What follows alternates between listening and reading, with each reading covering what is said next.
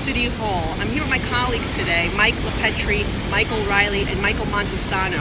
And we are joined by the police unions. And my colleague is introducing legislation which the four of us will be co-sponsoring to make it a Class E Felony to dump a bucket of water or any liquid on a New York City police officer.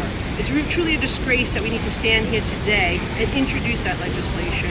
And it really boggles the minds of those of us who grew up in New York City to think that we would see the day once again where there's such disrespect for our police officers and with crime increasing, as was pointed out by PBA President Pat Lynch.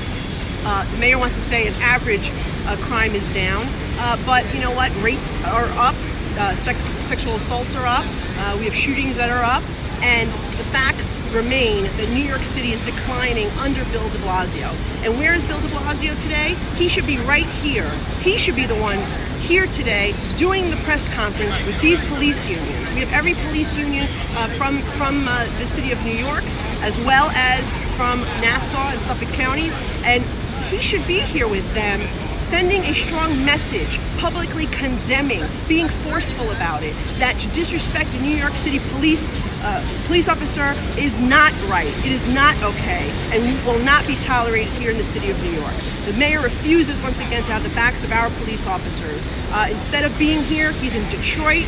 He's flying all over the country, but he's not working with our police officers, giving them a fair contract, by the way. They're not even working with a contract right now, because the mayor is not being supportive of them. So we call on the mayor, and Mike LiPetri said it perfectly.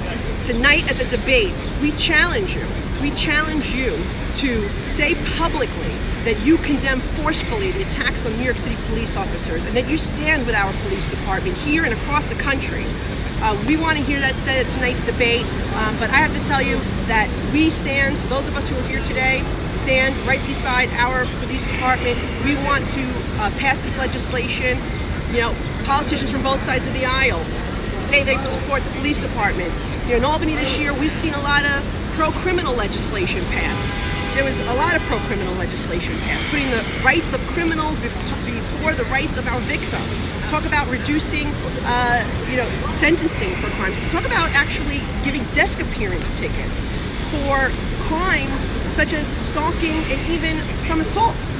Think about that. If you are assaulted, if you are stalked by someone, particularly a domestic violence victim, and you are strangled, that person gets a desk appearance ticket and then gets released back onto the street. We see 365-day sentencing for misdemeanors being reduced to 364, and to protect individuals who are here in our country illegally, to protect them for deportation. This is not what we should be doing here in the state of New York. So we challenge our colleagues to join us. Just join us. You say you support our police.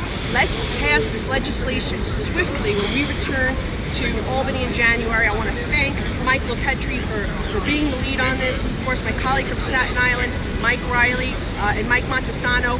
The latter two are both retirees of the NYPD. So please share this video.